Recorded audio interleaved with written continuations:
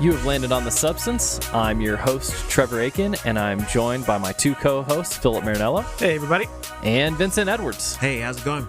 Going well, man. It's good to have you guys back. Listeners, we are three guys talking faith, culture, and theology. We're trying to keep it biblical and human on this podcast. Doing movie takes. We've got Reflects long-form episodes and some shorter stuff, so come back every week. So this week's episode is about how do we actually process the news? What are sources? How do we deal with disinformation? How do we look through all this and get at something that is approaching truth? Cultural and intellectual discernment. We should not passively take in things simply as true because we identify tribally with XYZ person, but really developing those internal and mental skills of discerning the things we take in. Right. Yeah, and this couldn't come in at a more relevant time. True. Because we live in an age now where I could probably confidently say we are the most informed generation because we have access to information in a way that... We have the most access to information, for sure. I'll say it that way. And I would say we're informed, even if our information's bad. We're informed. Also the most misinformed. I think of informed as a positive thing. Yeah. Sure. No, you're right, though. Well, yeah, and in 2020, definitely plenty of interesting takes out there in the world. We haven't even really talked about the pandemic at all, and we're not going to here necessarily, but I just remember constantly checking sources for family members and friends. Like, people were kept saying, oh, I heard this, I heard that. Yeah. They share this on Facebook. Oh, did you hear that National Guard was mobilizing? Like, tomorrow they were going to shut down all the highways, blah, blah, blah. It's like, y'all, where did you hear that? And is that true?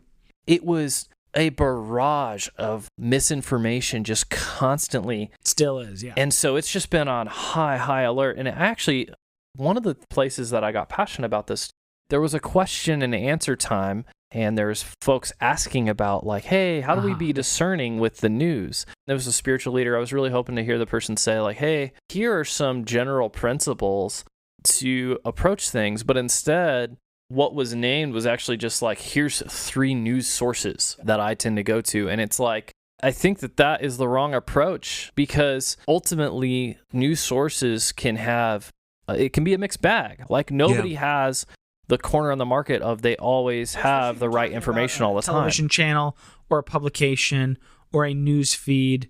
Each bit of information does really need to be taken on its own merits or lack thereof. And in this particular case, I was saddened because one of the places mentioned was a business journal, which was okay, but it has that perspective a lot in its writing. The second one was a news source, USA Today, which was created as an entertainment. Yeah. It was literally, they wanted to take an entertainment approach to current events. You can look up the founding of USA Today.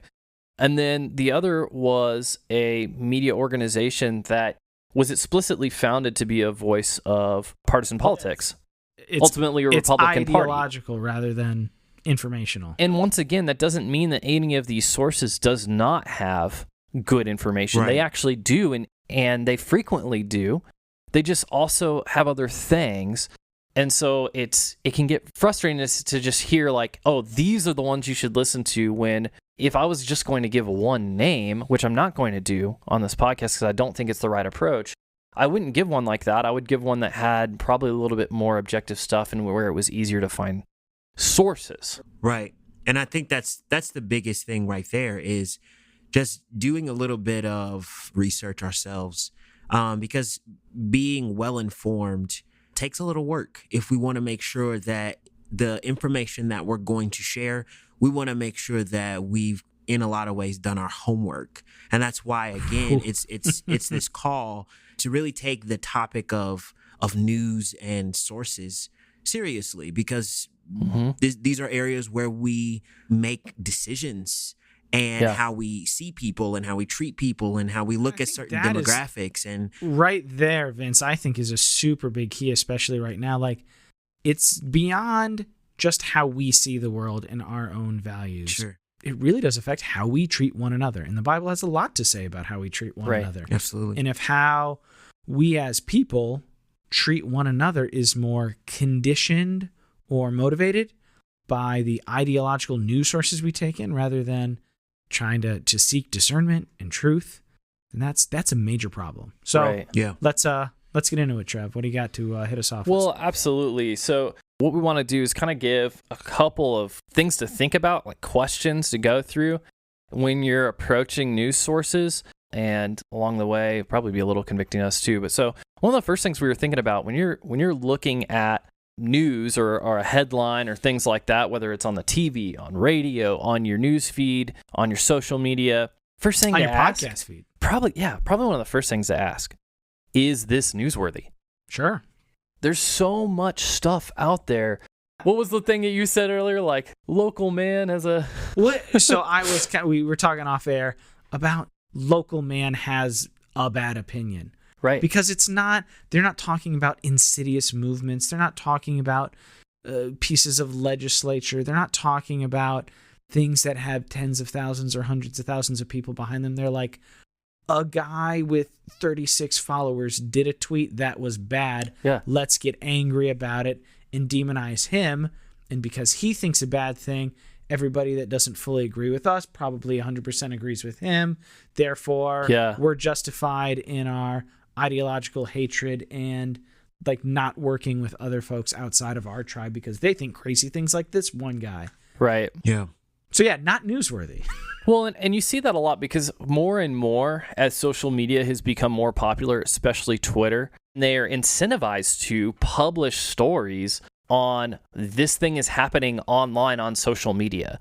And just because something is happening on social media, or just because somebody posted something and it went viral, somebody tweets or makes just a because post, somebody that doesn't said something mean anything. doesn't mean there's actually anything significant about that event. Yeah. Somebody said, oh, we should do this as far as schools or criminal justice system or this or that. And then they're like, the scare quotes, they are saying this. And it's like, no one's proposing any laws or statutes or anything. That's like a guy tweeted. Yeah, and the logical fallacy there is building this straw man where there's diversity. You're trying to say, no, there is no diversity, and it's all just this one person's thing who's saying this thing. When that person's not a leader of a movement, or if they are a leader of the movement, are there people critiquing that movement? It's just so intellectually dishonest. Yeah, and sometimes when you read this stuff that is intellectually dishonest and you're thinking, okay, is this newsworthy? Also think about, like, what's the angle? Like, what was the takeaway that the editor of this paper wanted me to get by sharing this story? And most of the time it's get mad and thoughtlessly buy into our side. And also, like, prove to yourself once again why you're not the other side. Yeah. Yeah, it puts you in a position to either be outraged or it's going to pull on the emotion of validation by a confirmation. And so either That's way, right. It's trying to get you, whether it's the person against it to say, I knew they were like that, or it's the people who agree with it to say, I knew I was right. That's Yeah, right. a lot of it is just like an exercise in flagrant confirmation bias. It's clickbait. Based on nothing. And it's clickbait, right? Yeah. They know we share this out to our followers. It's going to get them upset. They're going to click on it. We're going to get ad revenue. They're going to text it. That's simple. They're going to tweet it. And they make money on activity. And wild nonsense headlines breed activity. Yeah. So ask, is this newsworthy? Also ask, what's the level of the source here? If there's a source. If there is even any source. Right. So you can see this when there's like a scientific study that comes out. What'll happen is the scientific study comes out, and then there's like some medical journal that posts like a summary of that thing and also maybe some opinion about what that study might mean or why it's significant. Yeah. Then you'll have the New York Times will write, or whatever other big journal source, write their article about the medical journal thing that brings it to the broader public.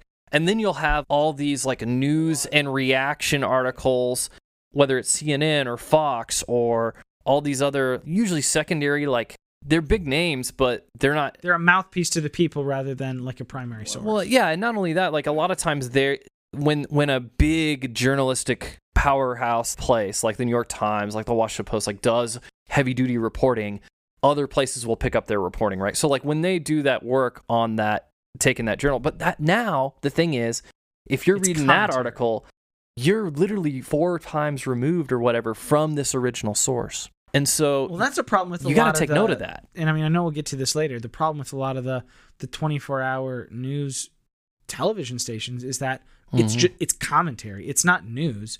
You're not being informed. They're like political and social commentators. They're chopping it up. They're processing through with their worldview and their assessment of things. Yeah, they're trying to be entertaining, and they're commenting on the things that are happening.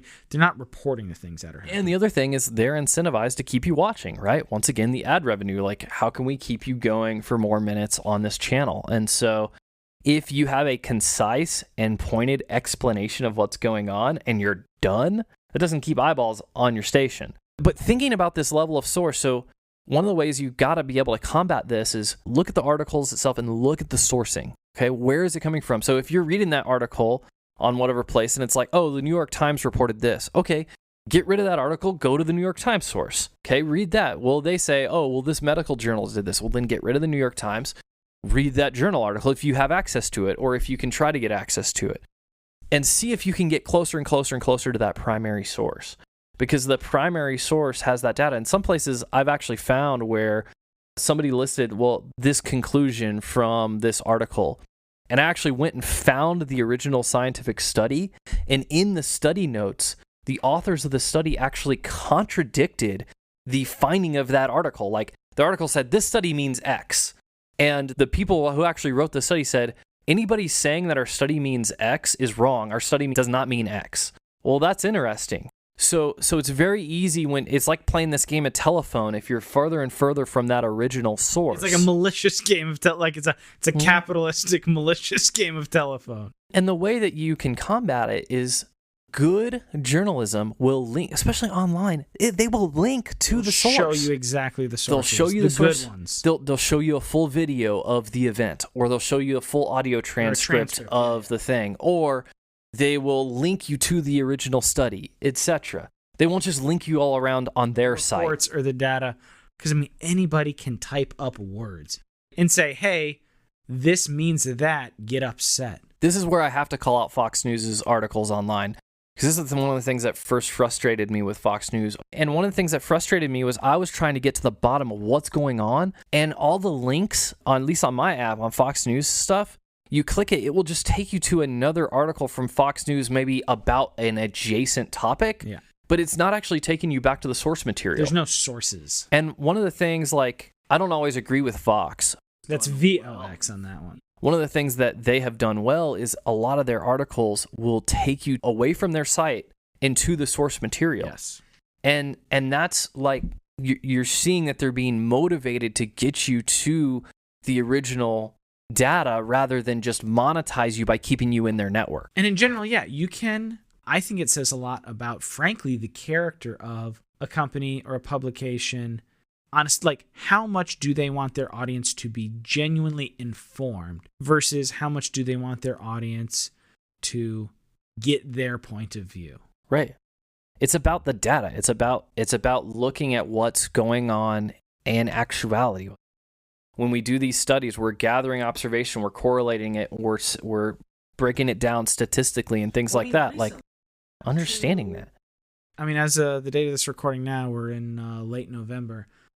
Within the last 4 to 6 weeks, there was some comments made on Fox News' television station that ended up in a courtroom, and everybody in court's like, no reasonable person would believe this. Like, this is clearly like entertainment, da-da-da-da-da, whatever. And it's like, well, yeah. Yeah.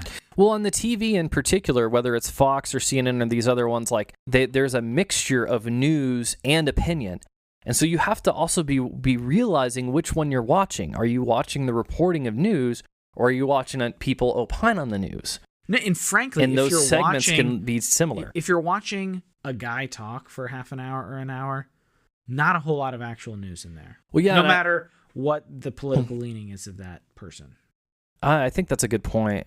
Yeah, and I think there I wanted to take a brief excursus as well to kind of talk about what ways, what mediums of getting our news makes it easier to assess the level of source, makes it easier to check out sources, see what's going on at the original, that kind of thing. Sure, yeah, let's excurse it up. When you're looking at things like TV, 24-hour news, cable news networks, or Or there's like even 3 just or network. 4 hour talk radio shows. Yeah, it's hard on there. It's going so fast. There's a lot of information. It's moving quickly. It's difficult unless there's like an interview going on or something that they're actually filming for them to present the source for the info. Really, when you break it down, you're literally just taking the guy's word for it with no like basis. Yeah, And that's why they do work with personalities. right. And it's like, oh, I see this guy or gal. I spend hours a week with this person and I Right. like them. It's not, oh, here are the bona fides. Here are the primary sources. Here's the reports. Here's the data. Here's the firsthand witnesses. It's just that person saying it, so I believe it because this guy or gal who I like said it. And that's why, like, I know you were kind of joking earlier about like, oh, hey, a podcast even on this thing, but like the thing that's nice about a podcast is we have the show notes. Yeah. So like we have a description We area. utilize them. We use them, and you can scroll down and look at the stuff that we're saying. We tell you like, hey, go look at this article, go look at this thing. We put resources in there, and we do that for a reason. We don't want you to just take our word for it. Like we were talking about the text, we're going to send you the text. If we're talking about an article, we're going to send you to the article. If we're talking about something we think, hey, this has been written well on by this other person, we link that stuff. We're doing that so that you can be well informed, that it's not just about us, it's not just about our word for it, but you can actually go and study and see the data yourself. And so when you don't have that ability, right, it makes it difficult. And I think we also, let's just acknowledge for a second that it is easier to have the news, to have resources just given, to just feed us all of the information that we're at least assuming that we need. And so if we have, like you said, the 24-hour news station, if we have, our social media feeds right in front of us, talk show, it makes it easier. And I'm assuming they're not going to blatantly lie to me. So I'm just going to assume they've got people who work behind the scenes who validate that truth. And so again, it's another assumption that there's validity in just the words being taken in. And again, it's a call to say we have to do our due diligence if we are going to cling to the information and or share the information and allow it to inform our decisions. We have to be more vigilant to actually look at, like you said, is it newsworthy? What's the level? What's the source level? What's the quality of that source in order to make sure that what we're giving out is not false information? And I think I want to, before we move on down to some of the other points we want to make here that I think are important, I just want to take a moment for the listeners who are people of faith. I just want to talk to you from the heart as a brother. Our witness is on the line constantly, especially when we think of our social media platforms. These are things that anyone and everyone can see. And if we are taking a stand and we're saying, hey, I love the Lord, I'm a representative of the Lord, I'm trying to live my life in a Christ-like fashion, I take such care to my lifestyle that I think you should consider having a lifestyle like mine. If we are taking no pains or effort to vet the news sources that we parrot or share or act like is true, we really are hurting the testimony of God. Yeah. And what you're talking about there, the connection between discernment and witness, that's explicit in Ephesians 5:9-17. I'm not going to read the whole thing here. Listeners, you can go check that out. We'll have a link in the show notes. But Ephesians 5:15 and specifically says, consider carefully how you live, not as unwise, but as wise. It says, take advantage of every opportunity because the days are evil. For this reason, don't be foolish, but be wise by understanding what the Lord's will is. So this whole idea of like, don't be foolish. Figure out. I see so many people use your brain. I know men and women who I know personally. These are good men. These are good women. That's right. These people love the Lord. They care about their neighbor. They actually care about their neighbors. They care about truth. They would like to see their fellow man, fellow people prosper. They would like to see the folks around them do well and have good lives. But then when they don't exercise discernments in these key areas, you make yourself a fool and you kind of make your faith out to be a fool if you are a person who wears your faith proudly or publicly. Yeah. And I want to bring in some empathy too, along the same lines of what Philip's saying there, bringing in empathy on folks that we're talking to that we see who do love their brothers but are missing it on the fake news front.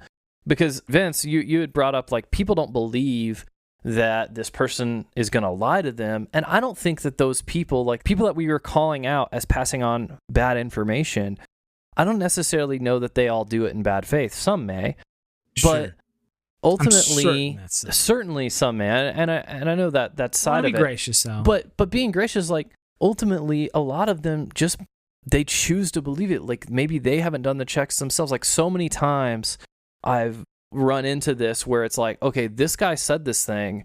He cited this study. This study has A, B, and C academic flaws in it that other academics in the field have pointed out. And because of that, it's actually errant.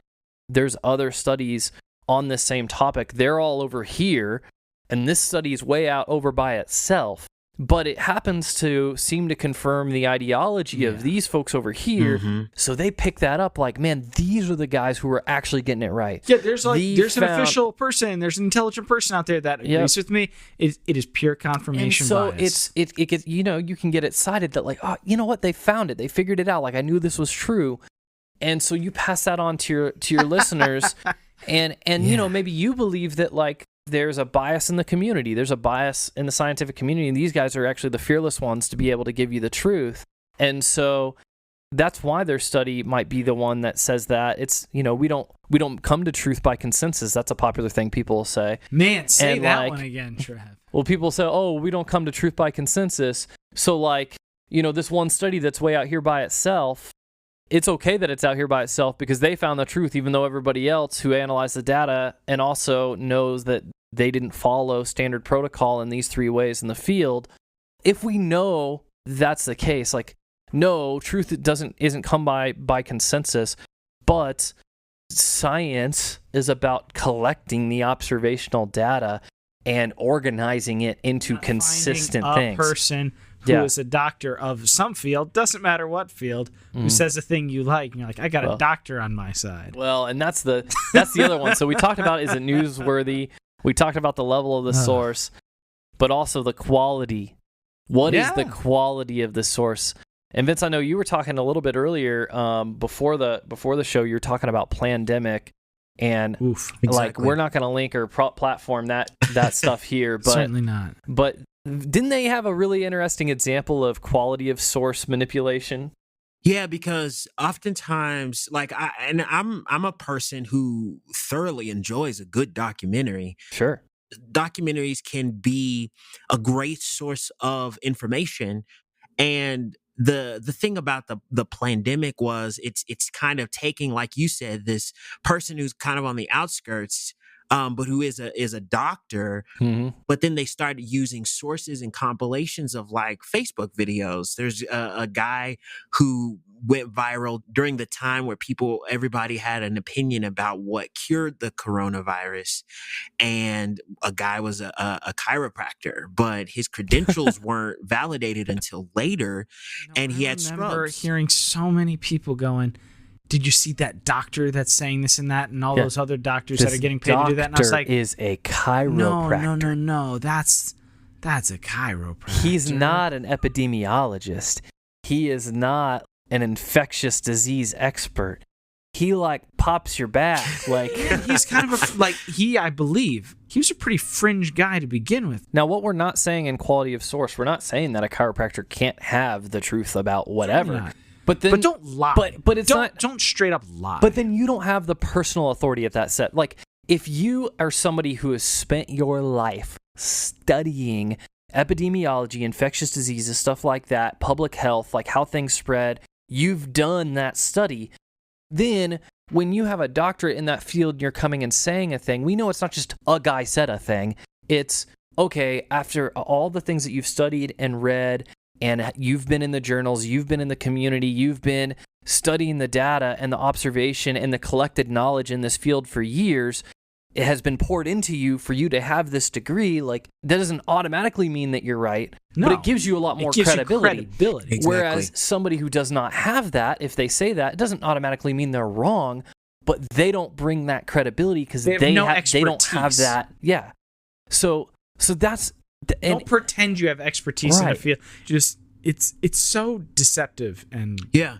And so what this really calls, and this is, even a point of conviction as well as a help for me, again, it's calling me to do more work, to say, okay, if this person says that they're an ophthalmologist, what is an ophthalmologist and why is an ophthalmologist talking about this particular subject? What do ophthalmologists study in order for them to be able to have credibility on the particular subject that they talked about?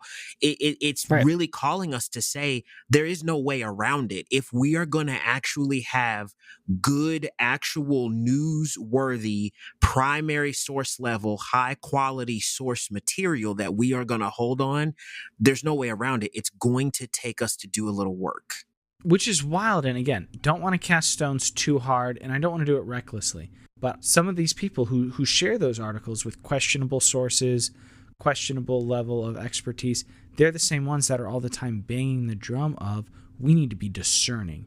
We need to discern the times. We need to discern what we're being told Right. by people in power. And it's like, we're like, no, yes, we agree. completely agree. Yeah. We Help me completely understand agree. this share then. Yeah, help me understand why you love XYZ personality and why you think that their platform has Right. credibility. Help Right. me understand that.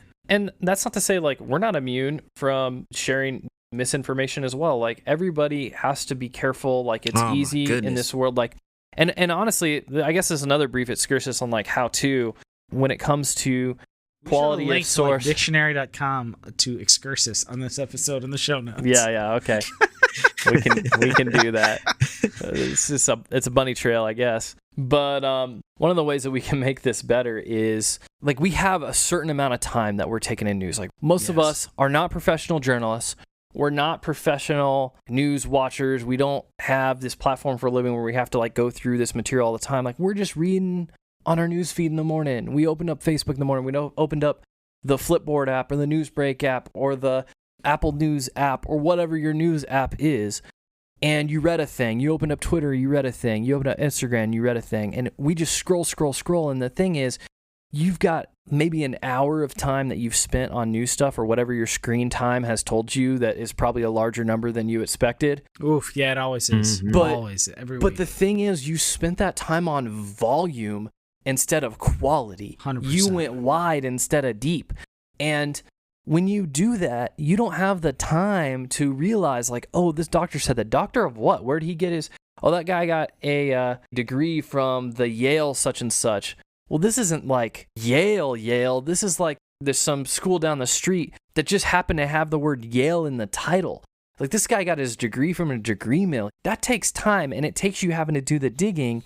And so when you are speeding through and you're Headline literally surfing.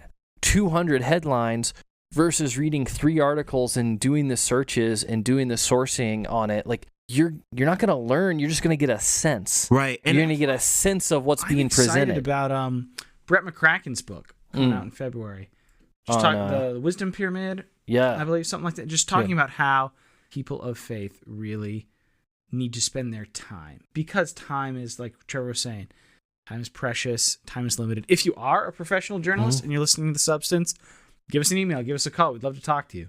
But I mean, like you said, most of us don't have the time to give the hours and the energy and the brain power to. There is such a flood of information. This was 2 or 3 years ago.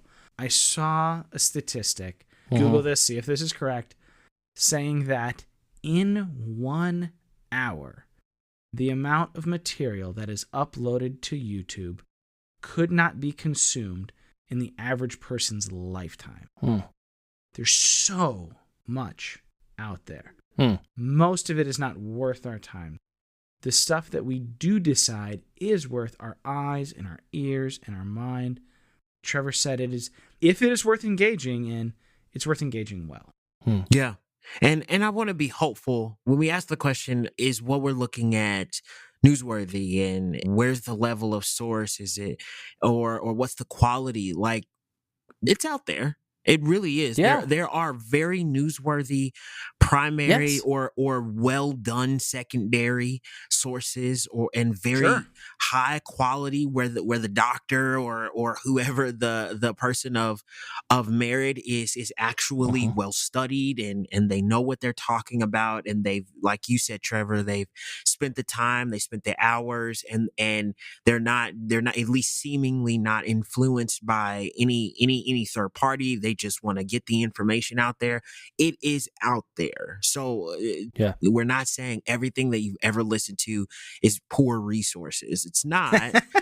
Right. But what we're saying is what we're finding, and that's why it's so passionate for all three of us. For every, one or two, and this is not a statistic, let me be clear, but just, conceptually, for every one or two good points of resources, there's like 10 to 15 very poor, not well done material and resources. It's like when you said, Trevor, about we're not impervious.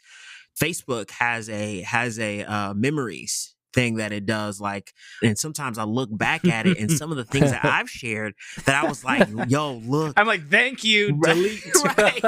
It's embarrassing because, as you grow in this, and you do want to seek to get better at making sure, if I'm gonna cling to something that says it's factual, I want to make sure it is. And so as you learn that habit and you look back at the things that you thought were legitimate, it was basically a meme before it had the official title of a meme. And it was just somebody who put words on top of a picture and said something that was relatively thought-provoking. And I was like, yup, that's exactly what happened in 9/11 or something like that. And it's like, it's so bad. Oh, man. And so I can relate to that. And we didn't even get to dunking on memes in this episode. I was definitely planning on doing that. You might have a chance to meme dunk yet. Yeah, but just saying, it just takes diligence, and the good sources are out there.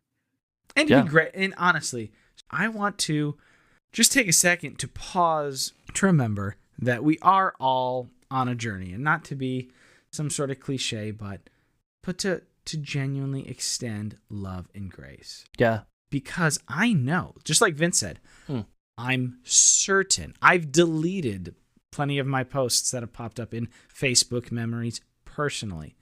I know I have had, and still do, have positions that are whack that I'm sure I'm wrong about.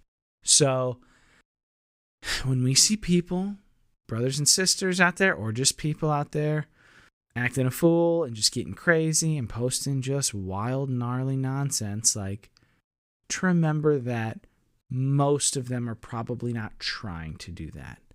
To try to have love and grace. And if we have relationships with folks, I know I've done this, I know Trevor's done this, reach out personally when we can. Maybe add them to our prayer list, but maybe also like reach out and be like, hey brother, like, I saw you posted this. Do you mind telling me, like, what makes you think that and it's hard to be like, hey, disagree. Like, it's fine to disagree with somebody. We don't need to have, like, confrontation doesn't need to be an aggressive, animosity-driven thing. You can be like, hey, just seek understanding. My understanding of that issue is that the facts don't support that at all. Like, can you help me understand? Like, to help me understand approach, I think, is very helpful in these matters. Absolutely. Yeah, you don't have to, like, come in like, oh, what? With, like, 15 gasping emojis or something. Like, in my first response, I've deleted this many times. I've seen someone post something whack, and I've just posted like a very dismissive GIF. And I'm like, I'm not going to hit send on that, but I really want to. Yeah, that's not a quality meme. Sorry, I was trying to dunk on memes with you. But no, what Philip is talking about there for real is some biblical wisdom. And I think it actually really dovetails into our last point on things to think about, things to ask about as well. Because I want to read this about wisdom from James chapter 3, verse 17. So James says the wisdom from above is first pure, then peaceable, gentle, accommodating. Yeah. That Greek word means open to persuasion, full of mercy and good fruit, impartial and not hypocritical. I almost feel like that bears repeating. Yeah. That list is so solid. The wisdom from above Is is this the pure. ESV? This is the net. You know I love the net. You do love the net. Peaceable, gentle, accommodating, and once again, open to persuasion, full of mercy and good fruit, impartial and not hypocritical. So we talked about that previously, I think on a toss-up, how there are some folks who talk sarcastically about folks that are open to persuasion as if they are weak. As if the Bible did not itself define that as wisdom. Well, the Bible also does mention, I've heard people, I think most of the times it is not done from both a good faith perspective or a correct one. But what I hear cited sometimes is, like, you don't want to be like tossed to and fro. And it's like, okay, but that doesn't mean mindlessly think a thing and never reconsider it. Yeah.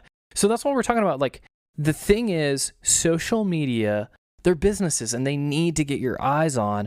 And so what has happened is that because they have so much marketing data on us and our decisions now, that different people get shown different amounts of news. Sure. And so you might even be getting newsworthy, primary source quality material, but if you're only getting like 5% of the picture, sure, because that's the 5% that agrees with your perspective and has been filtered for you by your news aggregators, because this is what you will like, them to engage with it the most. Yeah. So let's throw this in front of their face. You're still not getting the full angle. And so we need to have broadness of perspective. We need to be able to read the other side. We need to be open to hearing what the sources that we tend to write off. We need to be open to hearing what they say.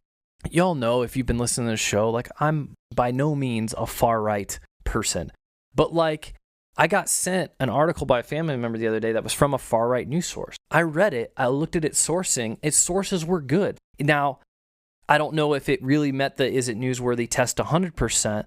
And I did have my own perspective about it, and we actually ended up mentioning some of that stuff in an Instagram post. But the article itself, you can't just write it off. And I don't just write stuff off. You can definitely take stuff with more of a grain of salt if a certain source or certain news channel tends to have a bad reputation for being fast and loose with level and quality of sources. Like, if somebody has a reputation for dishonesty, listen to them less. Right. Listen to them. I'd say listen to them also just with a more careful ear. 100%. If you even want to spend your time listening to them. That's true. But like, I think still being able to take that broadness of perspective is helpful so that we can cross-examine the stuff that we're getting. Because it's the same thing like in a court. Like, one witness comes and says something, say, I was there, I saw this, blah, blah, blah. The proverb I exactly was going to bring up. I think that is something that I've had people, because I'm in sales, I talk to a ton of people, and getting in conversations, folks like, oh, hey, did you hear about that? And if I have a relationship with them, sometimes I can kind of push back. Proverbs 18:17, I'm an ESV fan. It says, the one who states his case first seems right until the other comes and examines him. It's one thing to be like, hey, did you hear somebody said X? Okay, all I know so far is that someone said X.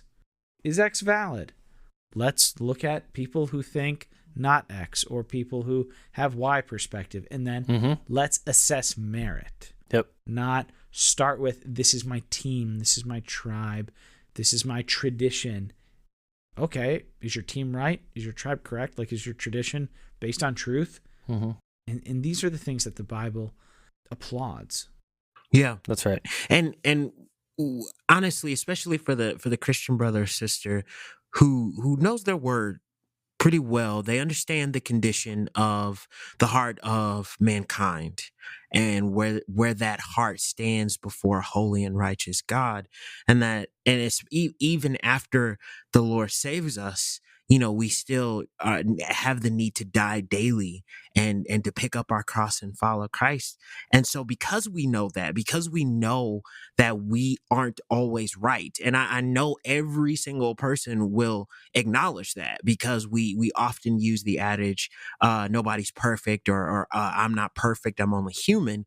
And so if that's true, and the humans on TV, and you're agreeing with every single thing that they say, then do we actually believe that theological truth? Because if for every issue I land liberal, or for every issue I land conservative, or for every issue, whatever my camp says, I land on that thing. It doesn't acknowledge the fact that these camps are led by men and women who are flawed and can get Mm-hmm. things wrong. And so if you acknowledge the humanity and the imperfection of mankind, but yet never ever contest and always land where your group or tribe, like you said, Phil, lands, then we're doing a disservice to the truth of that concept. Right. And we kind of just walk past it. It's like, yeah, everybody's not perfect except for my news source. Everybody's not perfect except for my camp. That's funny. You Yeah, know, 100%. we have to make sure that we if we are going to recognize that truth for ourselves, that truth is still true for others as well. Yeah. And so we shouldn't be landing in that same spot every single time. And it's like, Yeah. well, they can be wrong, right? We should be examining that. Yeah, and I think what you're saying there too, if I'm hearing you right, is not necessarily that the truth is necessarily centrist, because I think some people get confused between neutrality and objectivity. Absolutely. Like, Yes. just because we have what we think of as a certain political spectrum in America doesn't mean that the true position is in the middle. No. It actually might, the spectrum might not even be the right spectrum. What you're saying, though, is follow where the truth is, where the good sources are, where the things that are newsworthy, where the people, like, use discernment, right? See all the perspectives, Right. but then don't be a follower of men, but try to discern what's real, what's true, what's right. And also, right, we have our biblical worldview. We have the authority of the scripture that you can integrate those facts and data points from the world into and help rank those, prioritize those. And so then that should be what leads you, using the Absolutely. Word of God. And you've heard us consistently reference the Word of God throughout this episode because we really do think this is an issue of spiritual practice. We think that the Christian discipline of discernment needs to be It's part of exercised spiritual more. maturity, yeah. It needs to be exercised more in our churches. And if we did that, we would have a more charitable and a less polarized society And we'd have a much and better a better witness. Our goal, before Jesus left, like, he's pretty clear on, like, what our goals on earth were supposed to be. That's right. And it wasn't just to protect our team at all costs. That's right. So read better, read more, try to see those sources, and man, hit us up as you have thoughts on these things. Let's hit some shout outs. Vince, what do you got for us? So yeah, my substance shout out this week is AGTV. So it's basically American Gospel TV. American Gospel, written and directed by Brandon Kimber. It initially started as a film documentary, just kind of juxtaposing the understanding of the American life or the American dream in the Christian church. And that kind of got a lot of attention. It was on Netflix for a while. I think it just actually got off of Netflix on the 23rd of November. And on the 24th, right after that, American Gospel garnered a lot of attention. They made a second film, and then they made their own TV network or streaming platform. So I subscribed to it. Their third and fourth installment of American Gospel is going to be coming out next year. Should be really good, as well as they have a lot of other content, some good, some pretty good. But overall, that's my substance shout out is AGTV. Cool, man. And on their new thing, with the launch of AGTV3, if you said this and I missed it, I'm sorry. Did they launch their third installment of American Gospel too? So yeah, the third installment of the American Gospel is actually going to drop December of 2021. Okay. Oh, December So- 2021? So that's like way next year. That's a year plus. Yeah. Okay. 13 And months. Vince, anything interesting about part 3 that the listener should know about? Oh yeah, I'm pretty sure I'm okay to say something at this point, but I was blessed to have an opportunity to actually be interviewed for that movie, and so I'm excited to be a part of that film. And they're not going to cut you when they find out that we like social justice?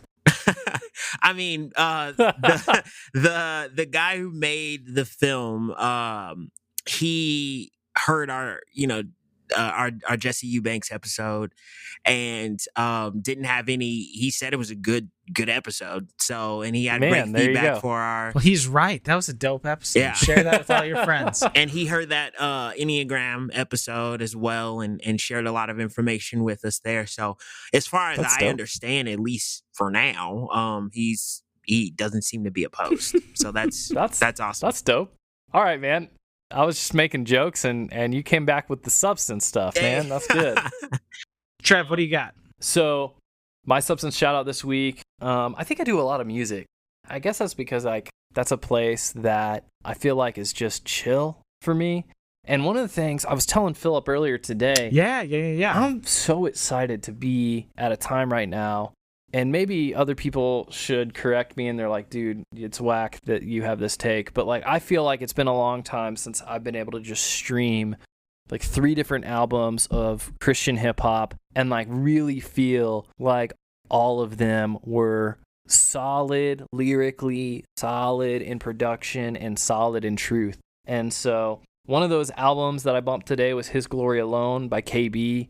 Which you shouted out on the IG feed. It's so good. It's so good. I don't remember if I had shouted out before. No. But yeah, one of the songs in particular, Armies, on there. Pretty dope. Pretty solid song. There's a lot of really good like remixes of like worship songs. If I did shout out that album before, now you know, go check out that specific song, Armies by KB, off the His Glory Alone album. And man, shout out to all the HGA family down there, and Sure. Southside Rabbi and all those folks. They're doing good work. So my shout out this week, we listen to a lot of podcasts. It's kind of fun to be interacting with some of the folks in the Christian podcasting space online. Mm-hmm. We love to continue to grow in relationship with some of these folks, but one of the podcasts that's higher on my list of podcasts that I enjoy in the Christian space is one called Doctrine and Devotion. Oh yeah, It's a Reformed Baptist podcast with 2 pastors from. Are they in the Chicago area? Okay. Anyway, so it's called Doctrine and Devotion. They used to split up the naming of the shows, and there's doctrine shows, which they would go through the catechism, or they'd go through the confession, and then they would have devotion shows, which they would do theological Chicago topics. area. Okay, Chicago. So for the longest time, I would only listen to the devotion episodes, where it was a little bit more back and forth, current events, sometimes a deep dive. I never but mostly listened to just the chatting. confessional ones. So, yeah. I'll be honest. But recently, they changed their naming conventions, and it's not always clear which ones are which. And I accidentally listened to a doctrine one, and I loved it. Really? So, Nice. Shout out to Joe and Jimmy over there. Would love to connect with them more. Smoke a cigar with them one day if they're in town. But no, solid guys out there. Nice. Running a really good show. Yeah, I add my voice to that too, because I mean, they have been an inspiration for us and what you can do as a Christian person in a podcast space and do well and be nuanced. And they've done a great job on that podcast. We don't agree with all their takes all the time, but like they come at it honestly. And I want to say that. Okay, so I don't want to go too long. If you want to cut this, you can. They recently had an episode called like Who We Voted For. I disagreed with their conclusions, and I disagreed with most of their reasons for those conclusions. But I don't know these men personally, have very, very lightly interacted with them online, but these are men from everything that I have seen, men of character and demeanor of such, where that doesn't matter. No. Like, I disagreed with their conclusions on that one particular episode about who they voted for. I frankly think they were incorrect, and the reasons but they were charitable about it, right? Yeah, they were charitable, and it wasn't agree with me or else. Yeah. And This I is great. don't think that if we sat across from a table, or we sat down at a coffee shop or at a cigar shop together, that there would be any animosity in any way, shape, or form on the things we disagreed with. Yeah, it'd be like, whatever about that, man. Like, what's Jesus doing in your life, in your church? Like, So, Yeah. solid guys, solid show, Doctrine and Devotion. Awesome. And apparently, I've been missing out on the Doctrine shows for a couple hundred episodes. there you go. So hit up 100% of instead of 50% of that podcast. All right. Well, and if you have enjoyed 100% or any percent of this podcast. Ooh, that's a high bar. You don't need to enjoy 100% to give us a 5-star, throw us a little on working on that segue. I mean, hey, if you enjoyed, I'll say this: if you enjoyed 100% of the show, give us $100 on the Cash App. We'll take that. Hey, listen, dude, that'd be amazing. Whatever percent you enjoy. No, but anyway, hopefully this has been thoughtful. I hope this has been a resource for you when it comes to how to process news, how to stifle the spread of disinformation. And if you have somebody in your life that you feel like would maybe it would be tough to just directly respond to something that was a wild share, but like you feel like these principles are good principles that would be helpful for them, that they would receive well, send this to your friends, your family members who would benefit from this information. And then, but don't just like passive aggressively send and say, hey, I'd like to send you this, and then talk about it. What are your thoughts on this? Start a conversation with it. Feel free to tag us in that. If there are things that you had questions about or want to go further, for sure tag us in it. Definitely subscribe. If you punch that subscribe button, doesn't charge you anything, and you just start getting our feed. We have a significant percentage of listeners who listen regularly and don't subscribe. Yeah. Hit that subscribe button, and then you'll know when you get the new stuff. You don't have to search The Substance every week. Yeah. And Vince, if somebody wants to get in touch with us, how can they do that? If you want to get in touch with us, there's two primary ways to do that. Outside of socials, you can give us an email at thesubstancepod@gmail.com. There, we would love to take your feedback, your comments, your questions. If you had any thoughts about the episode or any episode in the past, we would love to hear that. So send us an email. We would appreciate that, as well as you can give us a call.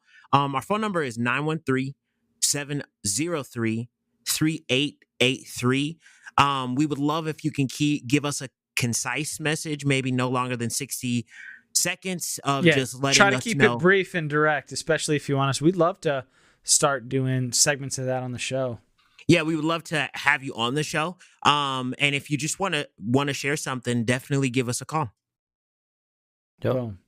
You can hit us up on all of the socials. Facebook, Twitter, and Instagram are the ones we're on. We're The Substance Pod on all three of those. Yep. And if you appreciate what we're doing, if you value what we're doing at all, just like most media today, everything is its own deal. So we are independent entirely. And if you'd love to be a part of supporting The Substance and what we do, Cash App is the best way to do that. As well as there's also a link on Anchor in the show notes. But our Cash App is $, The Substance Pod. The Anchor link is in the show notes. And then we're working on getting the affiliate link program back up and going. Anchor link is actually really cool too, because if somebody wanted to give $1 a month or something like that. Oh, Anchor's got the sub? Yeah. I wasn't aware. I've not looked at the Anchor platform that much. Just scroll down on the description. The links are right there. It's also anchor.fm/thesubstancepod/support. That's what helps us ship out all the book reviews. We've done 3 so far. They've all went really well. The money you guys send helps us send out materials for when we have contests.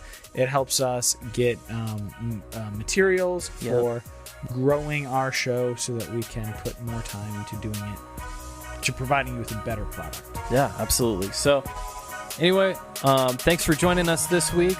And this week... I was gonna let that go 100%.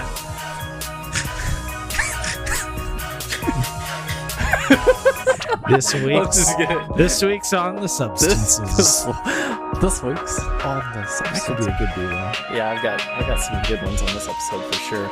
Thanks for joining us this week, and we'll see you back next time on The Substance. Sweet.